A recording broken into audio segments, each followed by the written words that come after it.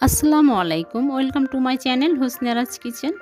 আজকে আমি হাজির হয়েছি সহজ পদ্ধতিতে কিভাবে চিকেন কিমা তৈরি করা যায় সেই টিউটোরিয়াল নিয়ে। বাসায় আমরা অনেক ধরনের সুস্বাদু খাবার তৈরির জন্য কিমা ব্যবহার করি এবং অনেকে এই কিমা দোকান থেকে কিনে নিয়ে আসে। আমার আজকের ভিডিও দেখলে আর আপনাদের বাইরে থেকে কিমা কিনতে হবে না, ঘরে বসেই একেবারে পারফেক্ট কিমা বানাতে পারবেন। আর হ্যাঁ, এখনও যারা আমার চ্যানেলটি সাবস্ক্রাইব করেননি প্লিজ সাবস্ক্রাইব করবেন এবং পাশে থাকা বেল আইকনটা প্রেস করে অল করে দিবেন। তাহলে কথা না বাড়িয়ে চলুন শুরু করি। চিকেন কিমা তৈরি করার জন্য আমি এখানে চুলায় একটা প্যান বসিয়ে সয়াবিন তেল দিয়ে দিচ্ছি পরিমাণ মতো।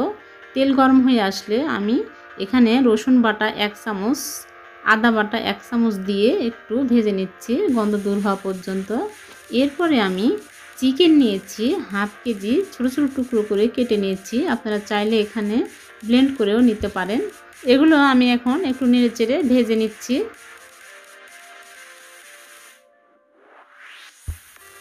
এরপরে দিয়ে দিচ্ছি রসুন কুচি 1 চামচ, পেঁয়াজ কুচি 2 টেবিল চামচ, দিয়ে দিচ্ছি কাঁচামরিচ 4 টুকরা দিয়ে আমি নেড়েচেড়ে নিচ্ছি।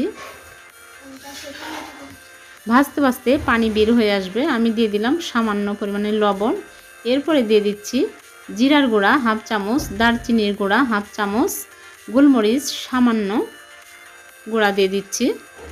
দিয়ে আমি আবার নেড়েচেড়ে নিচ্ছি। ভাজতে ভাজতে কালার চেঞ্জ হয়ে আসছে, সিদ্ধ হয়ে আসছে, পানি দেওয়ার কোনো প্রয়োজন হয়নি আমার এখানে।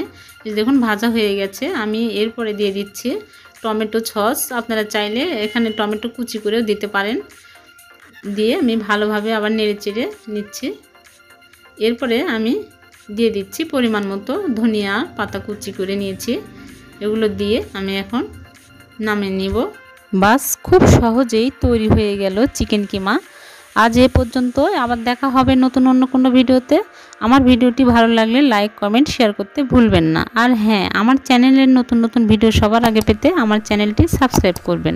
ভালো থাকবেন, সুস্থ থাকবেন। আল্লাহ হাফেজ।